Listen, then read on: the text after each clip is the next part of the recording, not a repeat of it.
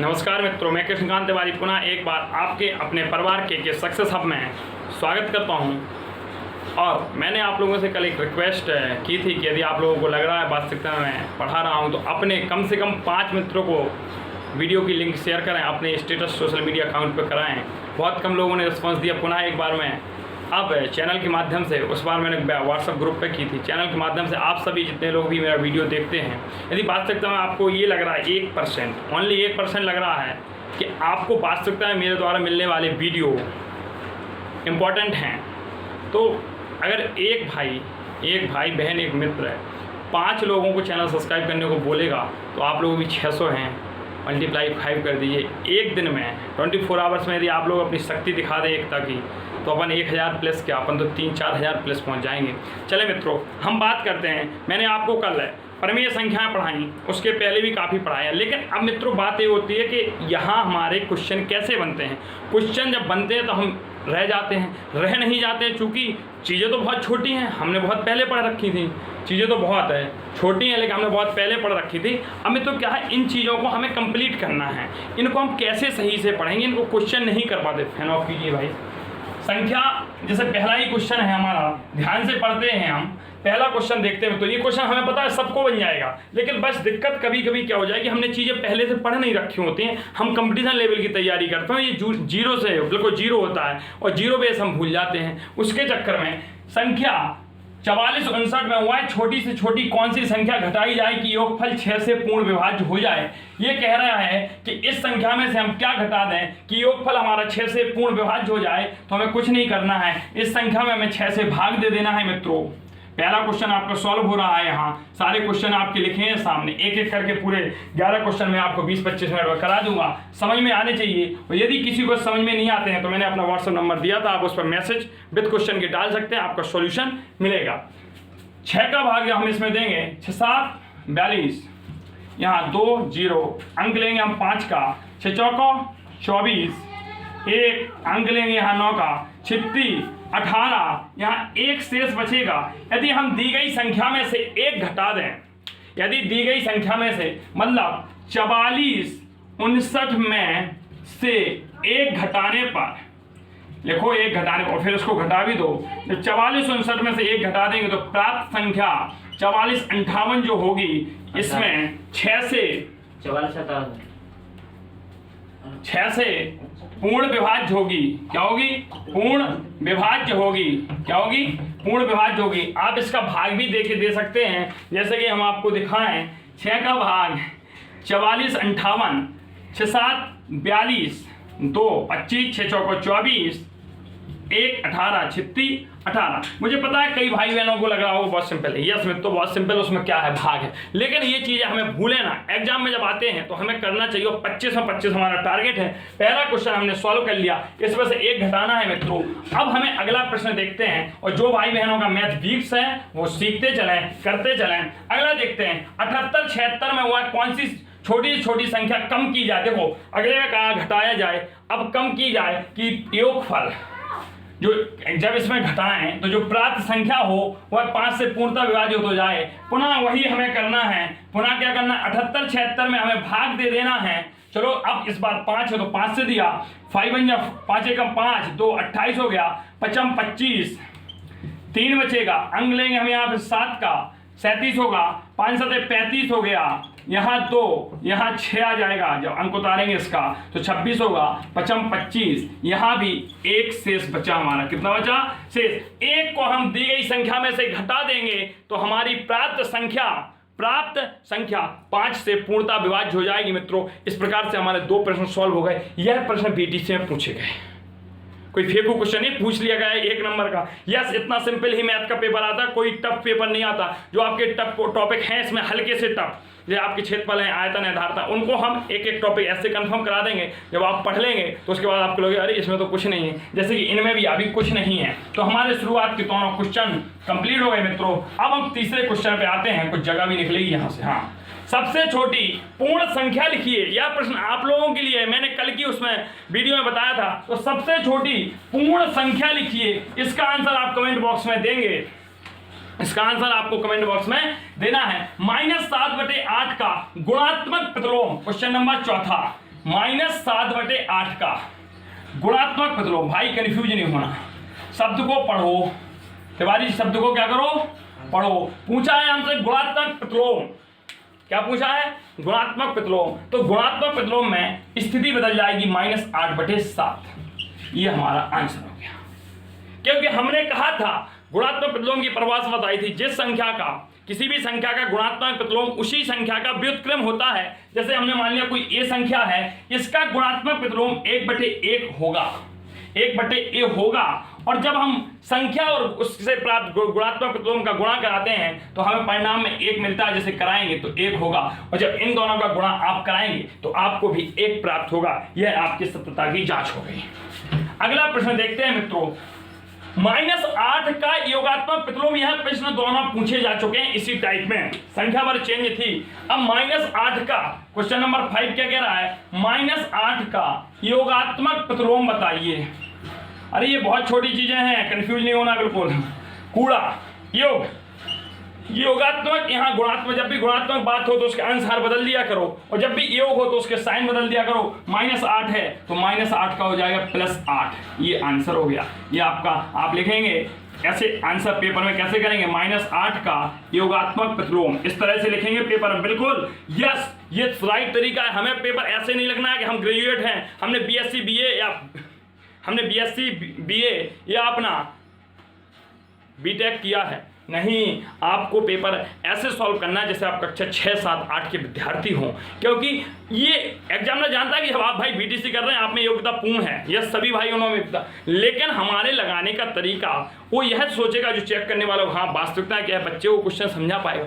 आपकी एबिलिटी पे शक नहीं है, आपके समझाने को तरीके, समझाएंगे कैसे, पढ़ाएंगे कैसे, यही हमें BTC में 2 साल सिखाया जाता है। आपकी योग्यता तो TET और सुपर टेट में परखेगी सरकार, लेकिन यहाँ सिखा रही तरीका, तो तरीका आप लिखेंगे -8 का योगात्मक प्रतिलोम बराबर +8। इसी प्रकार से आप छोटे बच्चों को समझाएंगे, यही राइट ऑफ वे है लिखने का। यदि आपने कहीं शॉर्ट ट्रिक यूज की या क्वेश्चन को गोल करने की कोशिश की तो आपके मार्क्स 25 में 25 नहीं होंगे। ये लिखित बात है, क्योंकि इसका मैं फर्स्ट सेमेस्टर का भुक्तभोगी हूँ, मैंने ओवर कॉन्फिडेंस में लगा दिया था। ऐसा नहीं होना चाहिए बेटा, ठीक है। अगली हम बात करते हैं, यहाँ से हमारे क्वेश्चन हो गए। मैं तो आपसे इसलिए कहता हूँ कि ये सारे तौर तरीके मैं आजमा चुका हूँ। अनुभव ही सबसे बड़ा शिक्षक होता है हमारे लिए, और हमने इन अनुभवों को सीखा है। आपसे प्रश्न पूछा गया सबसे छोटी पूर्ण वर्ग संख्या बताइए। अगला पूर्णांक 6, 8, 12 को लेके गुणा के साइचर नियम की पुष्टि कीजिए। गुणा का साइचर नियम हमने कल क्या बताया था, ये रेशियो BC बराबर होना चाहिए AB × C। तो बस गुणा का साइचर नियम लगा दो, 6 × 8 × 12 बराबर, इसमें लगाएंगे हम, बराबर क्या होना चाहिए, 6 × 8 12। ये हमारा गुणा का साइचर नियम है। ये गुणन की संक्रिया में गुणा के साइचर नियम है भाई। इसको करेंगे तो 6 × 12 कितना होता है भाई, पंचाल बताइए, 96 बराबर 48 × 12। यहाँ से जब करेंगे 6 6 36 6 3 हासिल आएगी, 9 6 54, और 54 में 3 जोड़ोगे तो 57 आ जाएगा। यहाँ से सीधा करेंगे 12 8 96 की 6 और 4 आएगा, बच्चों 48 और 4 प्लस, अच्छा बरसात 84। यहाँ कुछ गड़बड़ी हो रही है, 48 संख्या में तो कोई गड़बड़ी नहीं हो रही, मतलब गुणा के साइचर नियम का पालन तो होना चाहिए। यहाँ गड़बड़ी हो गई, 12 8 बरसात 96, ठीक है, 6 6 36 की 6 हासिल आई 3, 9 6 54, 55 56 57। यहाँ करो 12 8 96 की 6 हासिल आई 9 और बच्चों 48। अच्छा 48 में 9 जोड़ोगे तो 57 ही तो होगा, 576 है। ये हमारे गुणा का साइचर नियम पालन कर रहा है। ऐसे अगले क्वेश्चन में कहा है 9 14 22 को गुणा के साइचर नियम से प्रयोग कीजिए। तो इसी प्रकार से हमें 9 14 12 को करना है, क्या करना है, 9 × 14 × 22 बराबर 9 × 14 × 22। ये हमें गुणा का साइचर नियम प्रयोग करना है। इसमें करिए भाई, थोड़ा कैलकुलेशन टफ होगा। गुणा कराएंगे हम, 22 चौक 88 8 हसलाई 8 और 22 8 30 308 होगा। इसका कराएंगे 9 8 72 और 29 27 27 72 हो जाएगा। अगर इसमें कराएंगे तो कितना होगा, कराओ भाई, 9 चौक 36 6 3 9 3 12 14 9 126 गुणा 22 22 छिक्का 132 की 2 हासिल आएंगे 13 और 22 दूनी 44, 44 13 जब तुम करोगे तो आपका आ जाएगा 57, 57 की 7 हासिल आएंगी 5 और 22 5 27। देखो गुणा के साइचन नियम दोनों में क्या हो गए तिवारी, प्रयोग हो गए। ये हमारे भाइयों बिल्कुल सरल हैं, लेकिन हमने कल आपको गुणा का साइचर यदि यही कह देता कि इन्हीं संख्याओं का हम योग में साइचन नियम करें, तो योग में साइचन नियम क्या होगा, योग में ये तो गुणन में था, तो योग में हमने बताया था a plus B plus C equal to होता है a प्लस बी।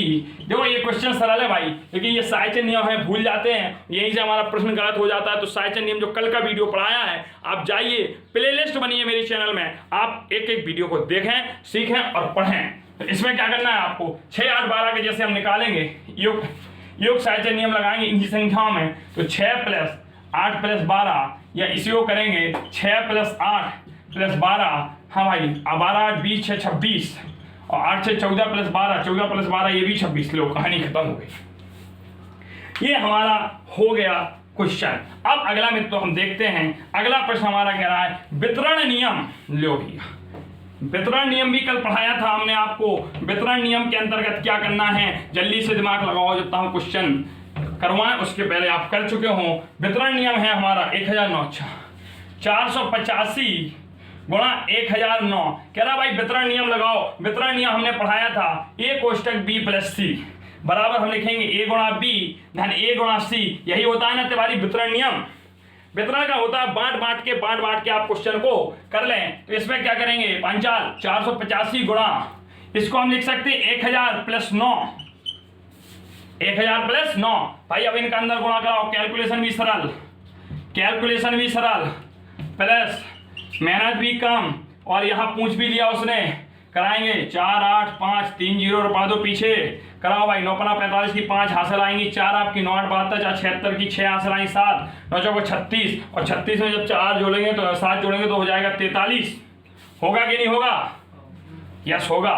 अब इनको जोड़ लो, तो पहले इकाई का स्थान जोड़ेंगे तो 5 हो जाएगा, 6 इसको यहाँ जोड़ेंगे तो 3, इसको यहाँ जोड़ेंगे तो 5 4 9 8 4 8 9 3 6 5। यह इसका मित्रों क्या आ रहा है, हमारा आंसर आ रहा है 4 8 9 3 6 5। इसका क्या आ रहा है, आंसर आ रहा है। भाई आप इसको ऐसे भी जोड़ सकते हैं जिसको ऐसे नहीं आ रहा है, और भाई आपको जैसे आ रहा है, अगर आपको साइन थोड़ी लगानी है, मैंने बोला नहीं आपको जैसे आ रहा हूं, मैं तो बेसिक फंडे बताऊंगा, क्योंकि मुझे बोर्ड में जब एग्जाम होना है तब वहाँ यही बेसिक फंडे यूज करने हैं। मुझे वहाँ ऐसे ही कैलकुलेशन दिखा देना है, इसका उत्तर लिखना है, मुझे कोई ओवर स्मार्ट नहीं बनना कि उनका कैलकुलेशन में ट्रिक बाई कर दिया कहानी खत्म। नहीं, हम तो ऐसे ही लगाएंगे क्योंकि हम ऐसे ही हैं। अगला देखें, ये 995 वाले में लगाओ 336। भाई देखो इसको हम क्या लिख सकते हैं, 1000 माइनस 5 लिख सकते हैं। बस ये देख लिया करो कैलकुलेशन कहाँ से सरल है। इसको सॉल्व करके इसका आंसर आप लोग कमेंट बॉक्स में मित्रों क्या करेंगे, बताएंगे। यह हमारे क्वेश्चन हो गए। अगला हमारा 8वां प्रश्न भी खत्म हो गया। लो भाई अब मित्रों आपसे एक प्रश्न पुनः मैं पूछ रहा हूं, सबसे छोटी सम अभाज्य संख्या बताइए। क्वेश्चन को ध्यान से सुने, सबसे छोटी सम अभाज्य संख्या बताइए तथा परिमेय संख्या की परिभाषा भी आप कमेंट बॉक्स में लिखें। तथा परिमेय संख्या, हाँ अरे ये क्या है, इसने कह दिया 3 + 6 + 8। ये तो बोर्ड है, अरे आया है बीटीसी में क्वेश्चन, यस आया हुआ क्वेश्चन है, इंपॉर्टेंट करो भाई, आया है तो आया है। फिर कह रहा है कि नियम से निम्न में से स्टार का स्थान बताओ। यहाँ स्टार क्या होगा, अरे स्टार आदमी हो तुम लोग, बताओ क्या होगा। अब ये बताओ कौन सा नियम लग रहा है इसमें, तुम्हारी बताओ भाई कौन सा नियम लग जाएगा अपना, साइचर प्रगुण लग गया क्या, हाँ लग गया साइचर प्रगुण, साइचर प्रगुण लग गया। अब लग गया तो देखो ध्यान से देखो, ध्यान से क्या करो, इन्हें 3 + 6 करो फिर 8 करो। अब इन्हें क्या कर दो, बोले 8 प्लस, अरे कौन प्रगुण नहीं हो, ये संख्या का बदल लो, ऐसा कर लो, प्रगुण लगा दिया, क्या आएगा यहाँ 6 आएगा, तो स्टार की वैल्यू 6। अब वहाँ कंफ्यूज हो जाओगे क्या आएगा, हम ऐसे करेंगे, कैसे करेंगे, 6 3 9 + 8 बराबर 8 + 3 x मानेंगे, 8 से 8 करेंगे कहीं धुरंधर। अरे बेवकूफो, कुछ नहीं करना भैया, सीधा खत्म करो, प्रगुण से लगाने हैं, यही तो सिखाना है हमें बच्चों को, प्रगुण से खेलो, प्रगुण से खिला दिया। अगला देखते हैं मित्रों, 85 39 में 5 व 3 का स्थानीय मान बताओ। लियो हंसी आती है, ऐसे क्वेश्चन बीटी हैं और पूछे जाते हैं। 85 39 में 5 व 3 का स्थानीय मान बताओ। छोटा बच्चा लगाएगा, हम भी छोटे बन जाते हैं, 5 का निकालेंगे भैया 5 लिखा, इसके बाद जितने अंक है उतने 0 लिख दो, 500 हो गया। 3 का स्थानीय मान निकालना है, 3 लिखा 0। हम एक क्वेश्चन है आपसे, निम्न में 5 व 3 के जातीय मान बताओ। भाई जातीय मान बताओ, थोड़ा अलग हो गया बात। तो 5 और 3 का जातीय मान आपको कमेंट बॉक्स में बताना है और इस प्रश्न को आप लोग लिख लीजिए, मैं इनका आंसर कल बताऊंगा। 5 और 3 का जातीय मान चलो अभी बता देता हूं। किसी भी संख्या का जातीय मान वही संख्या होती है, 5 का जातीय मान 5 होगा, 3 का जातीय मान 3 होगा। स्थानीय मान उनका इकाई दहाई सैकड़ा का स्थान को प्रदर्शित करने वाला होता है। अगला क्वेश्चन है, यदि P/Q एक परिमेय संख्या है तो गुणात्मक प्रतिलोम बताइए। भाई P/Q परिमेय संख्या है तो इसका गुणात्मक प्रतिलोम क्या होगा? अब गुणात्मक प्रतिलोम Q/P होगा और गाइड में -Q/P लिख दिया, कहां से हो जाएगा भाई बताओ? माइनस कहां से आएगा? नहीं आएगा। आप लोगों की जो बुक है, आप लोग जो अध्ययन करते हो उसमें काफी क्वेश्चन एरर है। तो देखो हमने तो फंडा सिखाया जो आपको, गुणात्मक प्रतिलोम क्या होता है, सीधा उलट दो, कोई दिक्कत नहीं, कोई साइन आइन नहीं होता है, साइन नहीं बदलता, साइन योगात्मक प्रतिलोम में बदलता है। तो P/Q का क्या हो गया? Q/P होगा। क्या होगा? Q/P होगा। इस प्रकार से हमारे यह प्रश्नों की जो श्रृंखला थी मित्रों, ये क्या हो गई? प्रश्नों की श्रृंखला खत्म हो गई। अब यही हम एक चीज और स्टार्ट करते हैं और स्टार्ट करते ही उसको थोड़ा सा पढ़ेंगे। हमारे सिलेबस में हम मित्रों एक नया जलजला आएगा, XY वाले सवाल आने वाले हैं जो हैं और पूछे जाते हैं। उनमें सबसे पहले हमारे में समीकरण है और सर्वसमकाएं हैं, 2 टॉपिक हैं। यह 2 टॉपिक आपको अगले वीडियो में मिलेंगे। समीकरण क्या होता है? एक ऐसा संबंध जिसमें कोई भी अज्ञात राशि समीकरण कहलाती है। एक ऐसा संबंध जिसमें कोई अज्ञात राशि क्या कहलाएगी? समीकरण कहलाएगी। फॉर एग्जाम्पल हमने ले लिया 9x + 7 = 0, या हमने फॉर एग्जाम्पल ले लिया 9x प्लस, अरे क्या 9x ही है क्या भाई? 7x + 7y + 6z = 8 3 2 + y, s लिख लिया, लो s लिख लो, प्लस k लिख लो, कुछ भी लिख लो, ये भी हमारा समीकरण है। समीकरण और सर्वसमगाओं में अंतर, क्या अंतर होता है, इनके प्रूफ करने के तरीके, इनके क्वेश्चन अगले 2 वीडियो में आपको पूरा खत्म कर दिया जाएगा एक ही दिन के अंदर। बहुत बहुत धन्यवाद मित्रों।